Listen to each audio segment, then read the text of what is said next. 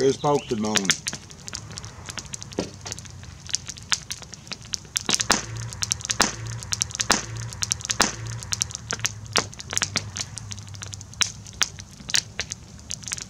Commencez par remercier tout le monde d'avoir pris le temps de vous abonner à ma chaîne. Et surtout pour tout le support que vous donnez à ma chaîne. Ce soir, j'ai fait un petit feu. Votre vidéo est en train de télécharger. Elle devrait être pas trop longue.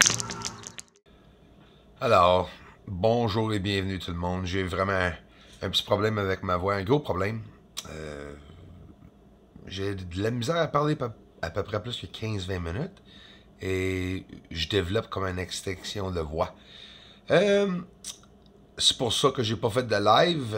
Excuse, mais inquiétez-vous pas, à un moment donné, ma vie va se placer. C'est sûr, certain que j'apprécie que vous soyez ici. Nous sommes sur la surface de la Lune. On regarde des flèches qui pointent à des structurations naturelles ou non, tout en ligne dans Sinus Iridum, mais regarde. C'est de la construction. Il y a des lignes qui passent au-dessus des plateformes qui se rendent à des endroits embrouillés. Parlons des endroits embrouillés parce que c'est un des plus gros secrets sur la Lune. C'est ceci. Les endroits où il y a de la poussière, de la fumée et une activité énorme au-dessous de ces nuages, ces poussières.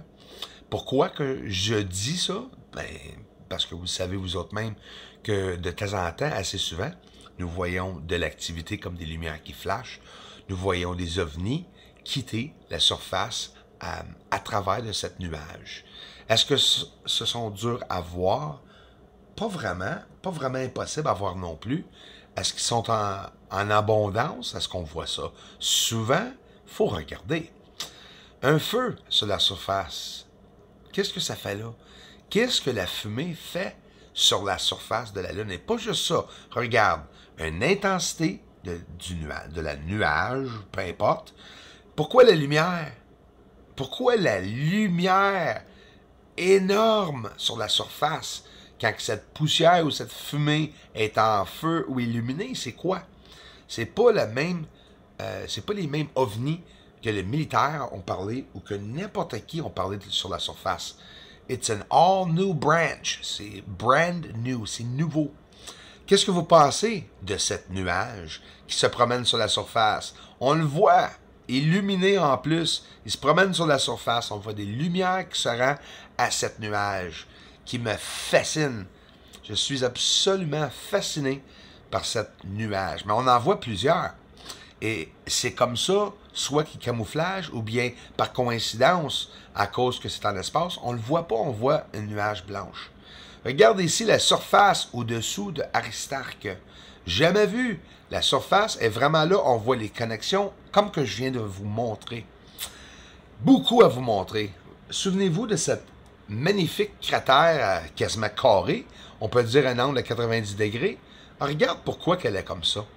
Il y a une lignée ici qui part en ligne droite, 90 degrés se revire, et revire encore au bout un autre 90 degrés, se rend aux autres cratères. C'est caché dans les noirceurs, dans les fumées, nuages. C'est pratiquement... Je dis tout le temps que c'est pratiquement impossible à voir. C'est pas impossible du tout. Je pense que c'est plutôt pratiquement impossible à croire pour la plupart. Mais c'est vraiment pas dur à voir.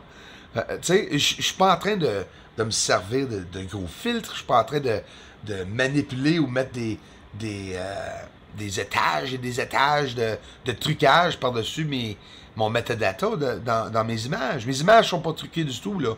Il n'y a pas de programme que je me sers pour essayer de faire différent que les autres. C'est que je pense que je prends un peu plus le temps de vraiment être patient et de faire ces travaux.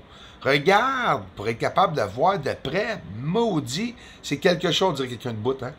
C'est quelque chose en train de s'écraser sur la Lune, puis on réussit à le voir et on est capable de les examiner. Il y a à peu près 25 000 vidéos sur YouTube que le monde explique en infrarouge qu'est-ce qu'on va passer, c'est seulement des satellites. Mais il manque beaucoup dans ces recherches-là, à ces personnes-là, parce que moi, je suis capable de trouver des changements de direction moi-même dans ces lumières et des différentes vitesses, des différentes grosseurs, grandeurs de ces objets. Non, c'est sûr que c'est pas tous des satellites. N'importe quelle personne intelligente est capable de se renseigner pour voir combien de satellites que nous sommes supposés d'être capables de voir en un moment. C'est pas plus que 7 ou 8, où ce que moi je suis.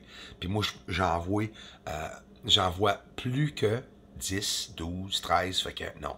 C'est pas toutes des ovnis. Est-ce que ça peut être des satellites? Même, je trouve ça plate à en parler, je m'en fous. C'est des lumières dans le ciel qui sont pas supposées être là, selon moi. Qu'est-ce que vous pensez d'un objet qui pogne en feu dans le devant comme ça? Chou! Comment ça que le feu il sort du devant? C'est parce qu'il a rencontré l'atmosphère ou bien parce qu'il veut atterrir doucement? Comprenez-vous que... ouais. Comprenez-vous qu'est-ce que je veux dire? Ça nous fait penser aussi quand la NASA fait un atterrissage, supposément, puis que là, il y a un réacteur, un moteur qui essaie d'empêcher l'impact d'atterrissage, mais je prends tout ça en considération. C'est des objets qu'on voit se rapprocher à la Lune. Alors, n'oubliez pas de partager les vidéos que vous avez vues et en confirmation, comme ici, des changements de direction. Ça va attirer d'autres mondes. Merci tout le monde. Une autre vidéo va suivre.